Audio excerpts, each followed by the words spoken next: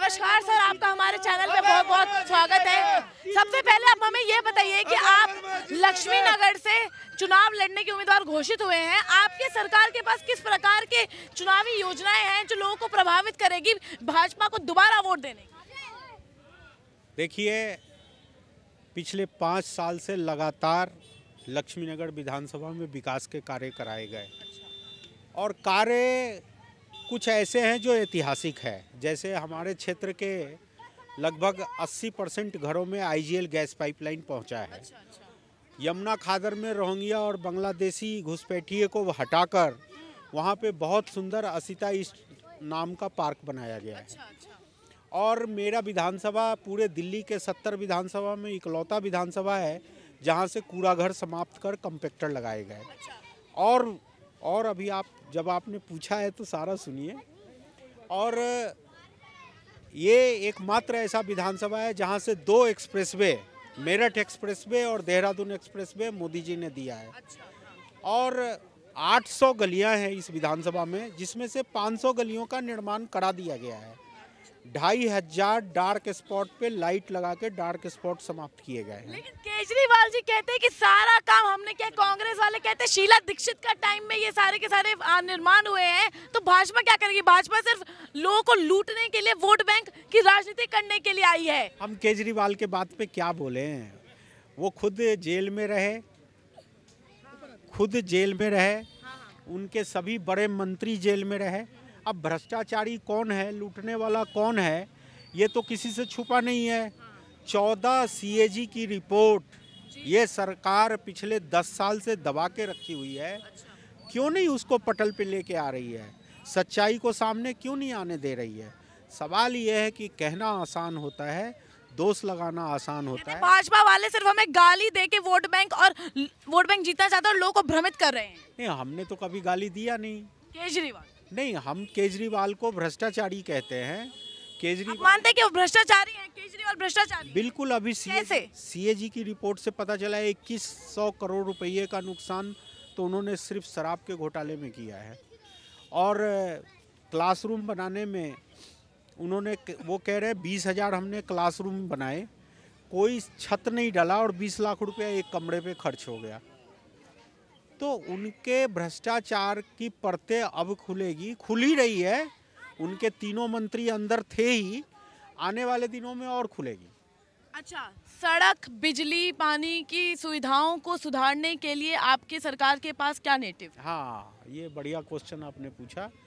पानी फ्री लेकिन पानी देना नहीं, पानी फ्री लेकिन साफ पानी मिलेगा नहीं।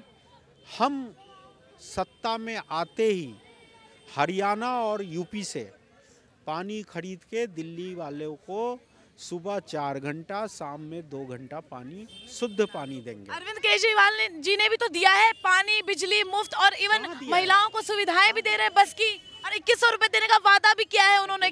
देखिए, वादा तो उन्होंने पंजाब में भी किया था, आज तक दिया नहीं। और वादा उन्होंने 1000 रुपया भी देने का किया था, वो भी आज तक नहीं दिया। अब 2100 कब देंगे वो हमें नहीं पता, क्योंकि सत्ता में तो आ नहीं रहे। अब सवाल पानी का है, तो मैं आपको बताऊं कि पानी पीने के लिए आप दे ही नहीं रहे, तो फ्री क्या और पैसे क्या? अच्छा, तो पानी मिले तो सही। हम लड़ाई लड़ रहे हैं पानी मिलने के लिए। फ्री तो भाई, पानी नहीं मिल रहा तो फ्री ही है। तो कहीं ना कहीं उन्होंने दिल्ली के लोगों के साथ धोखा किया है। आज दिल्ली में हर घर में आरओ लगा हुआ है।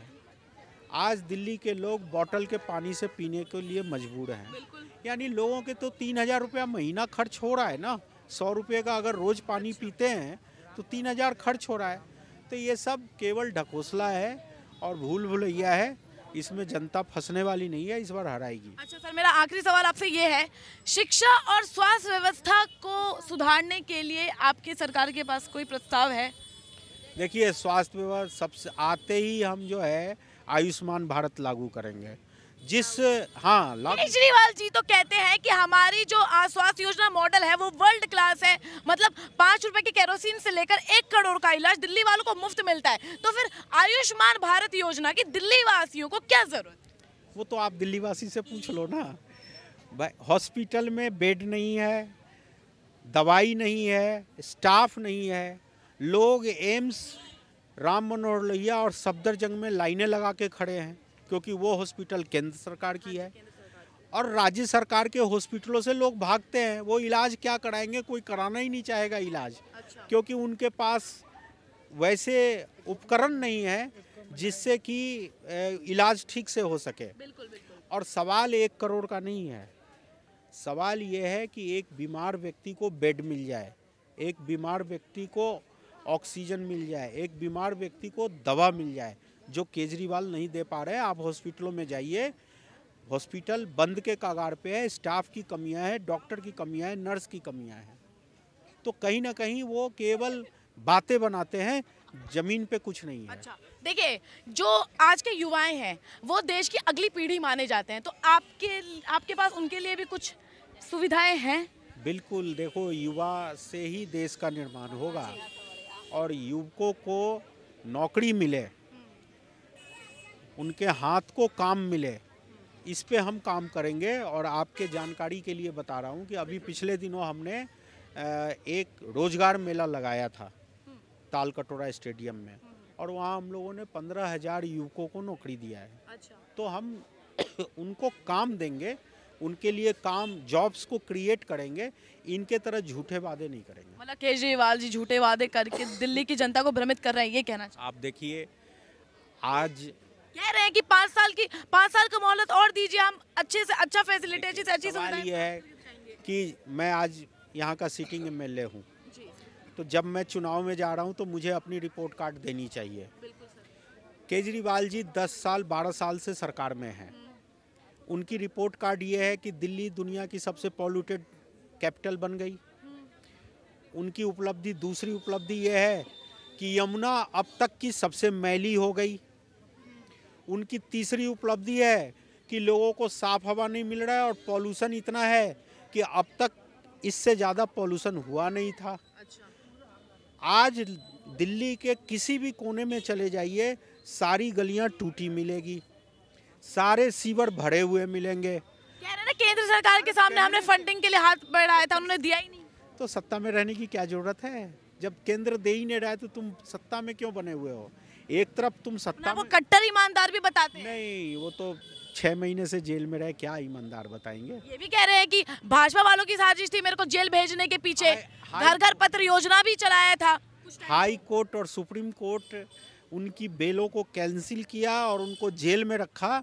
वो दोष लगाते रहे, लेकिन सच्चाई ये है कि कानून के कब्जे में थे वो। तो आपको क्या लगता है कि अभी जो आपकी सरकार आने वाला, आपको लगता है कि दिल्ली में भाजपा पूर्ण बहुमत से आएगी? पूर्ण विश्वास है क्या? 100% दिल्ली के लोग चल पड़े हैं, केजरीवाल को भगाएंगे, भाजपा को लाएंगे। अच्छा, एक सवाल और है सर, आपकी प्राथमिकता क्या करेगी लक्ष्मी नगर के लिए, लक्ष्मी नगर के वासियों के लिए? देखिए, लक्ष्मी नगर में कई काम चल रहे हैं। जैसे आईजीएल गैस पाइपलाइन 80% घरों में गया है, बाकी 20% पूरा करेंगे। 800 में से 500 गलियां बन गई है, बाकी 300 गली बनाएंगे। ट्रैफिक कंजेशन इस विधानसभा का सबसे बड़ा प्रॉब्लम है। उस समस्या को दिल्ली ट्रैफिक पुलिस और पीडब्ल्यूडी से बातचीत चल रही है, उस पे योजना बन गई है। आते ही उस योजना को लागू करके विकास मार्ग से रेड लाइट को समाप्त करेंगे, यू टर्न बनाएंगे। और एक बड़ा काम, यहाँ पे पार्किंग की बहुत समस्या है। 3 स्थानों को चयनित करके मल्टी लेवल पार्किंग का प्रस्ताव एमसीडी को जा चुका है, डीडीए के माध्यम से सर्वे हो चुका है। अब आएंगे तो इसमें से 3 में से कम 2 मल्टी लेवल पार्किंग बना के देंगे। तो आप अपनी लड़ाई किस पार्टी से मानते हैं? मेरी किसी पार्टी से लड़ाई नहीं है, उन दोनों की लड़ाई दूसरे नंबर के लिए है। किन दोनों की लड़ाई? कांग्रेस और आपकी। किसके लिए? दूसरे नंबर के लिए। भाजपा से नहीं है? भाजपा तो जीती पड़ी है। भाजपा जीती पड़ी है। धन्यवाद।